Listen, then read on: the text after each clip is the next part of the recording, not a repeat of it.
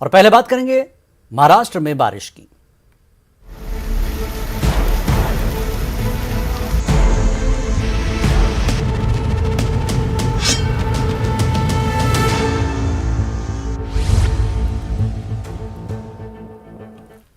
मुंबई समेत महाराष्ट्र के कोकण इलाके में मूसलाधार बारिश का सिलसिला वक्फे वक्फे से जारी है। महकमे मौसमियात ने अगले चंद दिनों तक भारी बारिश का अलर्ट जारी किया है। शदीद बारिश की वजह से मुंबई की कई सड़कें और इलाके नाले में तब्दील हो गए हैं।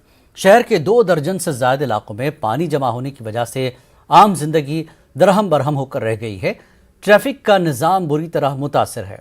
तेज बारिश के चलते मुंबई की लाइफलाइन लोकल ट्रेनों की खिदमत भी मुतासर हुई है। अंधेरी, घाटकोपर, चेंबूर, धारावी, दादर, वडला और पनवेल में भी बारिश की वजह से काफ़ी मुश्किलात का सामना करना पड़ रहा है। वहीं मुंबई के दहिसर इलाके में तालाब में नहाने के लिए गए 2 अफराद डूब गए। एक की लाश मिल गई और दूसरे की तलाश जारी है। महकमा मौसमियात ने रायगढ़, रत्नागिरी और सिंधुदुर्ग अजला में 4 से 8 जुलाई तक भारी से बहुत भारी बारिश की पेशगोई करते हुए ऑरेंज अलर्ट जारी किया गया।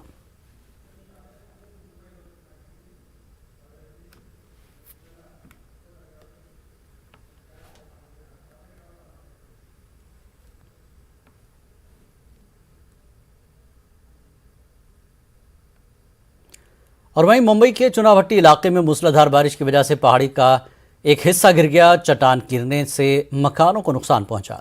इस वाकये में 3 लोग जख्मी हो गए, जिन्हें अस्पताल में दाखिल कराया गया।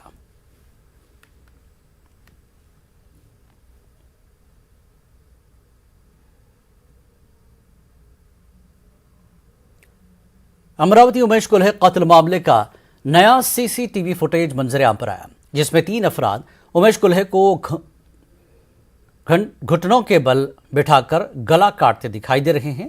एनआईए ने फुटेज को फॉरेंसिक जांच के लिए भेज दिया है। वहीं कत्ल मामले में अब तक 7 मुलजमीन गिरफ्तार किए जा चुके हैं।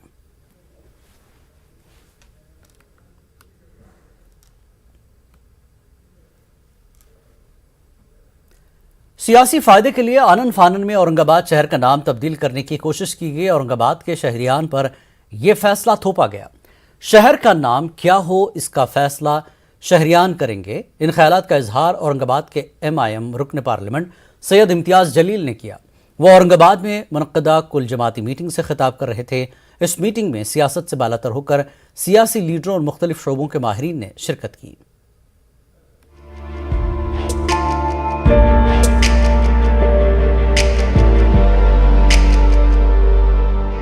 औरंगाबाद के सूबेदारी गेस्ट हाउस में सियासी, मिली और समाजी तंजीमों के लीडरों और तारीख के माहिरीन औरंगाबाद तब्दीली नाम मामले पर गौर खौस के लिए जमा हुए थे। इस मीटिंग में साबिक उद्धव ठाकरे हुकूमत के मुतनाज़ा फैसले का हर पहलू से जायजा लिया गया। तमाम लीडरों ने अपने अपने अंदाज में इस मसले के हल की तजावीज़ पेश की। MP इम्तियाज जलील की क़यादत में हुई इस मीटिंग में कानूनी और जमहूरी तरीके से हर महाज पर लड़ाई का फैसला किया गया। कई सालों से हम औरंगाबाद के अंदर रहते थे और हर एक की ये ख्वाहिश है कि हम पैदा औरंगाबाद के अंदर हुए हैं तो मरे भी हम औरंगाबाद के अंदर ही। ये इसके लिए जो भी लड़ाई रहेगी, चाहे वो सड़क के ऊपर निकलना पड़ा तो सड़क के ऊपर निकलेंगे, जो अदालती कार्रवाई है वो अदालती कार्रवाई लड़ेंगे, जो पार्लियामेंट के अंदर आवाज़ उठाना है उसके लिए पूरी ताकत के साथ खड़े रहेंगे। लेकिन पूरा शहर एक ताकत बनकर खड़े रहेगा और सभी लोग हैं तो इसकी मुखालिफत करेंगे। मैंने कम से कम 1.5 पेज का लेटर उनको बना के दिया कि ये वजह है जिसके वजह से नाम नहीं बदलना चाहिए, और वही मालूमात फिर बाद में कपिल सिब्बल को भी दिया गया था, तो वो उनके पिटीशन में उन्होंने ऐड किए। इस बार भी हो सकता है, अगर लोग मुझे कहे तो मैं वो तैयारी करके ये नहीं क्या पिटीशन में होना चाहिए, हिस्टोरिकल मालूमात के बारे में सच्चाई क्या है ये सामने आना चाहिए। इस कुल जमाती इजलास में बिला लिहाज मजहब व मिल्लत, मर्द व खवातीन और मुख्तलिफ शोबेजात के माहिरीन ने शिरकत की और साबिका उद्धव ठाकरे हुकूमत के फैसले की मजम्मत की। शुरका का कहना था कि इस मामले को मजहबी रंग देकर औरंगाबाद के शहरियान पर थोपने की कोशिश की गई है, जबकि औरंगाबाद की अक्सरियत इस फैसले के हक में नहीं है। औरंगाबाद शहराचं नाव बदलल्याबद्दल उद्धव ठाकरे सरकारचा निषेध करते, त्रिवार निषेध करते, कारण कोणताही औरंगाबादच्या लोकांना विश्वासात न घेता दोन राजकीय पक्षांच्या भावनांसाठी आणि तुमच्या आज्या पंजोबांचं स्वप्न होतं म्हणून एखाद्या शहराचं नाव तुम्ही फटकात बदलू शकत नाही, कारण आज्य पंजोबे तुम्हाला होते तसे आम्हाला पण होते. तर आमचा पण मनाचा विचार या निर्णयामध्ये घ्यायला हवा होता. हमारा जो पॉइंट है वो किसी नाम को विरोध नहीं है, हमारे शहर की मोहब्बत हमारे साथ में है, हम इस नाम के साथ में पले बढ़े और अचानक उस नाम को अगर बदला जाए तो दिस इज टोटली रॉन्ग और ये गलत है. ये चीज को हर व्यक्ति ने समझना चाहिए कि औरंगाबाद शहर से हमारी भावनाएं सबकी जुड़ी हुई है और हम चाहते हैं कि इसका नाम उसी तरीके से बरकरार रहे. जो रेजोल्यूशन पास हुआ है तो कानूनी तौर पर क़यामत तक अगर हाई कोर्ट और सुप्रीम कोर्ट वाकई इंसाफ करें, मैं कह रहा हूं कि अगर सुप्रीम कोर्ट और हाई कोर्ट इंसाफ की बात करे तो क़यामत तक औरंगाबाद का नाम औरंगाबाद ही रहेगा, क्योंकि कानूनी तौर पर इसका नाम बदला ही नहीं जा सकता. औरंगाबाद तब्दीली नाम की मुखालिफत में पहली मर्तबा MIM की कॉल पर सियासत, गिरोहबंदी और मजहब से ऊपर उठकर शहर के नामवर अफराद जमा हुए और इस मामले में मुत्तहिदा जिद्दोजहद करने का अज़्म किया. न्यूज़ 18 उर्दू के लिए औरंगाबाद से अजहरुद्दीन की रिपोर्ट. साबिक MP और शिवसेना लीडर चंद्रकांत खेड़े ने MIM की कुल जमाती इजलास को शरपसंदी से ताबिर किया. चंद्रकांत खेड़े ने दावा किया कि साबिक वज़ीर आला उद्धव ठाकरे ने मुस्लिम कम्युनिटी के लिए बहुत कुछ किया है, इसलिए MP इम्तियाज जलील को ऐसी कोशिश नहीं करनी चाहिए. शिवसेना लीडर का कहना है कि इस तरह की मुहिम से औरंगाबाद शहर का माहौल कशीदा होगा. साबिक MP ने इम्तियाज जलील को बुनियादी मुद्दों पर काम करने का मशवरा दिया. कहूँगा कि अभी सबके समाज का नाम अलग अलग समाज का नाम हम करते हैं, बोलते हैं. माननीय उद्धव जी ने आपके लिए कितना मुस्लिम समाज के लिए भी बहुत कुछ किया है उनके 2.5 साल के कार्यकाल में, तो इसलिए उनकी इज्जत रखें. ये ऐसे नहीं करना चाहिए. नाम के कारण से क्या तकलीफ है? सिर्फ राजनीति करके दो समाज में झगड़े लगाने का काम इम्तियाज जलील कर रहे हैं, उनकी स्टाइल होती है. मैं इम्तियाज जलील को बोलूँगा कि आप बुद्धिवादी है तो कम से कम बुद्धि से चलो, ऐसे बाकी के ऐसे संघर्षमय वातावरण मत निर्माण करो. जिले के अवला शहर में कल देर रात एक अफगानी बाशिंदे का कत्ल कर दिया गया. अफगानी बाशिंदे की शिनाख्त ज़रीफ अहमद मौदूद चिश्ती के तौर पर हुई. ज़रीफ अहमद को कुछ लोगों ने सर में गोलियां मारकर कत्ल कर दिया. कत्ल के बाद कातिल उस अफगानी बाशिंदे की XUV गाड़ी भी लेकर फरार हो गए. ये अफगानी बाशिंदा पिछले चंद सालों से इस इलाके में मुकीम था. पुलिस ने दफ़ा 302 के तहत रविंद्र तारे, पवन आहिर, गणेश पाटिल के खिलाफ केस दर्ज कर लिया है. मुश्तबा मुलज़िमीन की तलाश जारी है.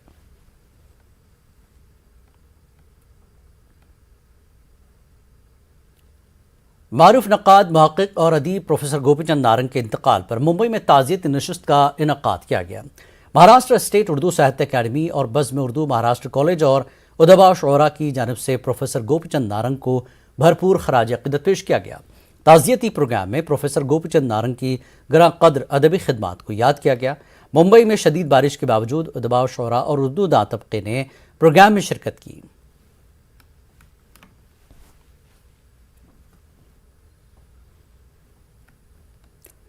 स्वामी रामानंद तीर्थ मराठवाड़ा यूनिवर्सिटी के सीनेट के अरकान की तकरीरी के लिए इंतखाबात होने जा रहे हैं. मौजूदा कमेटी में अक़लियतों की नुमाइंदगी बिल्कुल नहीं है, इसलिए नई इंतखाबात के जरिए तश्कील पाने वाली नई कमेटी में अक़लियतों की नुमाइंदगी को यकीनी बनाने के लिए कोशिशें शुरू हो गई हैं. इसी सिलसिले में एक मीटिंग का इनेकाद किया गया. मीटिंग में ग्रेजुएशन मुकम्मल करने वाले सभी अफराद को मदऊ किया गया. उनके नाम फहरिस्त रायदही में दर्ज करने और उन्हें अपने हक़ रायदही का इस्तेमाल करने के बारे में मालूमात दी गई. आज अल्हम्दुलिल्लाह मुस्लिम समाज के अंदर माइनॉरिटी समाज में 12वीं से आगे पढ़ने वालों की तादाद अल्हम्दुलिल्लाह बढ़ रही है और ख़ास तौर से बच्चों की तादाद भी बढ़ रही है. अब कई नए नए मसले कॉलेज लेवल पे सामने आते हैं. इम्तिहान के वक्त अलग मसले मसाइल होते हैं, कहीं पे डिस्क्रिमिनेशन या भेदभाव होता है, कहीं पर हम लोगों के साथ नाइंसाफ़ियाँ होती हैं. लेकिन हमारा रिप्रेजेंटेशन जिस अंदाज़ में सीनेट के ज़रिए यूनिवर्सिटी में रहना चाहिए, ताकि यूनिवर्सिटी के अंडर में जो 4 ज़िलों के जितने कॉलेज होते हैं वो सारे के सारे यूनिवर्सिटी के अंडर में चलते हैं. और आज कॉलेज में हमारे बच्चे पढ़ने तो जा रहे हैं, लेकिन हमारे नुक्ते नज़र से, हमारे तहज़ीब के नज़र से, हमारे उम्दा तालीम और मियारी तालीम हासिल करने के नज़र से कोई कोशिशें यूनिवर्सिटी के किसी भी मैनेजमेंट काउंसिल में होती हुई नज़र नहीं आती, एकेडमिक लेवल पे नज़र नहीं आती और सीनेट में भी। इसीलिए इसकी वजह यह है कि हमारा वोटर कम है। अल्हम्दुलिल्लाह ग्रेजुएट बहुत है, आज जितने ग्रेजुएट हैं वो वोटर होते हैं, वो सीनेट के वोट कर सकते हैं। हमारी वोटर की तादाद बहुत है, लेकिन वो लोगों को रजिस्ट्रेशन करके वोटिंग लिस्ट में नाम लाना और वोटिंग के दिन जाके वोट करना, ये चीज़ों में बेदारी नहीं होने से हमारा रिप्रेजेंटेशन नहीं होता है। इसलिए एक कोशिश यहाँ पे समाजी लेवल पर हमारे दोस्त अहबाब मिलके हमने की है। मुंबई के देवनार स्लॉटर हाउस में ईद उल अजहा के पेश नज़र बड़ी तादाद में बकरे फरोख्त और कुर्बानी के लिए लाए गए हैं, लेकिन सहूलियात के फुकदान और बारिश की वजह से बकरों की अमवात भी वाक़ हो रही है। इसकी वजह से व्यापारियों को नुकसान भी उठाना पड़ रहा है और बकरों की कीमतें उरूज पर हैं। वाज़ेह है कि मुंबई के मज़ाफ़ात में गोंडी इलाके में वाक़ देवनार स्लॉटर हाउस कोरोना की वजह से ईद कुर्बान के लिए गुज़श्ता 2 सालों से बंद था। इस साल शराइत के साथ इसे दोबारा खोला गया है।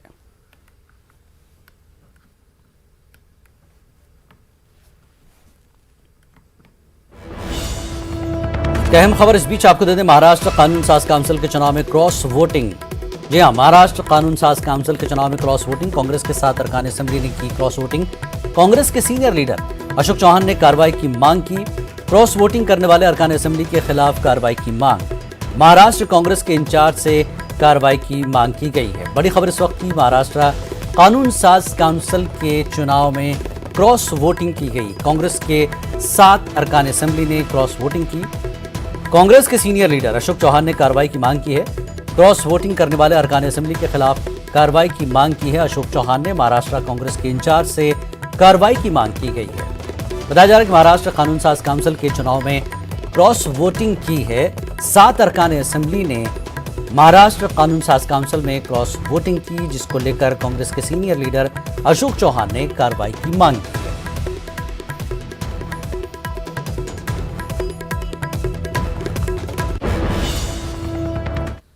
और आगे बढ़ेंगे, 10वीं 12वीं और ग्रेजुएशन मुकम्मल होने के बाद क्या करें, ऐसा सवाल अक्सर तलबा और उनके वालिदैन के जहन में पैदा होता है और मालूमात न होने पर तलबा ऐसे मज़ामीन में दाखिला या काम पर लग जाते हैं जो उनके मिजाज के खिलाफ होता है। इन मसाइल को देखते हुए कारपोरेटर अशरफ पठान व मर्जिया पठान ने करियर गाइडेंस प्रोग्राम मुनक्किद किया।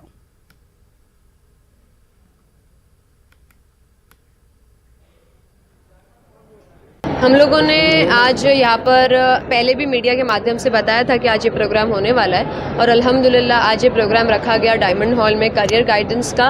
इसके अंदर हम लोगों ने 4 जो है बहुत बड़ी बड़ी शख्सियत और उन लोग सर को बुलाया, तो उसमें हम लोग IAS IPS या 10th के बाद क्या करना है, चाहे मेडिकल लॉ हो, IIT इंजीनियरिंग हो या जो भी सारे गवर्नमेंट के 1st class 2nd class 3rd class 4th class jobs होते हैं, 10th के बाद होते हैं, 12th के बाद होते हैं, जिसमें आपको एग्ज़ाम देनी है, अप्लाई करना है, तो वो कैसे कर सकते हैं, कब कर सकते हैं। तो उसी के रिलेटेड हम लोगों ने आज ये कार्यक्रम यहाँ पर ऑर्गेनाइज़ किया, जिसके अंदर मुमरा कौसा के सारे बच्चों को हम लोगों ने यहाँ पर बुलाया। हमारी पूरी टीम यहाँ पर है जो हमारे साथ बाखूबी तरीके से कोऑपरेट कर रही है।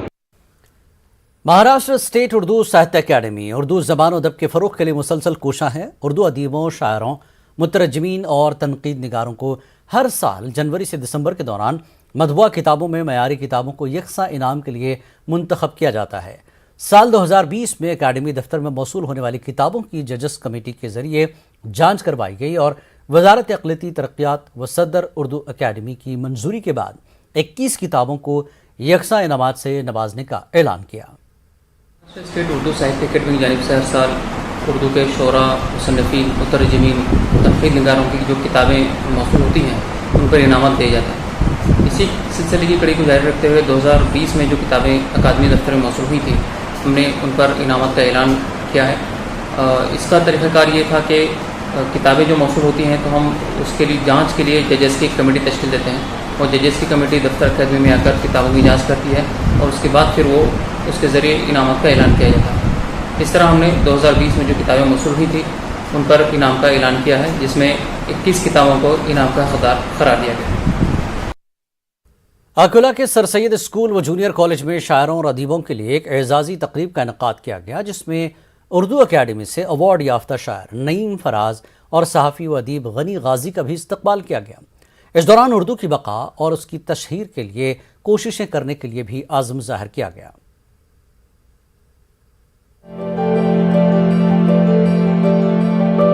अकोला और बुल्डाना जिले में उर्दू से दुनिया भर में अपना और अपने शहर का नाम रोशन करने वाले एक अदीब और एक शायर को हाल ही में उर्दू एकेडमी महाराष्ट्र की जानिब से एजाज से नवाजा गया, जिसमें अकोला के मारूफ शायर नईम फराज और बुल्डाना जिले के डॉक्टर गनी गाजी शामिल हैं। अकोला के सर सैयद स्कूल और जूनियर कॉलेज में इन दोनों के लिए एक एजाजी तकरीब का इनेकाद किया गया। महाराष्ट्र उर्दू अकादमी की जानिब से 2019 का जो न्यू टैलेंट अवार्ड दिया गया, उसके लिए मैं महाराष्ट्र उर्दू अकादमी का ममनून हूँ। उसी ज़िम्न में आज यहाँ पर शाह बाबू सोसाइटी की जानिब से एक एजाज़ी तकरीब का इनेकाद किया गया था मोहतरम इसाक राही साहब की जानिब से। मैं इसाक राही साहब का भी शुक्रिया अदा करता हूँ। महाराष्ट्र स्टेट उर्दू साहित्य अकादमी का 2019-20 का मुझे खुसूसी अदबी अवार्ड मिला है। मैं शुक्रगुजार हूँ शाह बाबू उर्दू एजुकेशन सोसाइटी का कि उन्होंने यहाँ मेरा एजाज़ किया, मुझे बुलाया। इस तकरीब में बीजेपी लीडर और साबिक रियासती वजीर डॉक्टर रंजीत पाटिल ने भी इन दोनों की अदब दोस्ती और इनकी खिदमात का एतराफ़ किया। इन्होंने कहा कि ऐसे लोगों की मेहनत से ही उर्दू जैसी शीरीं ज़बान आज भी जिंदा है। उर्दू एकेडमी के स्टेट लेवल के अवार्डी सन्मान्य श्री गानी गाजी साहब और सन्मान्य श्री नईम फराज साहब, इन लोगों को आज फेलिसिटेशन में एक संदेश, एक मैसेज सन्मान्य श्री इसाक राही साहब ने दिया है।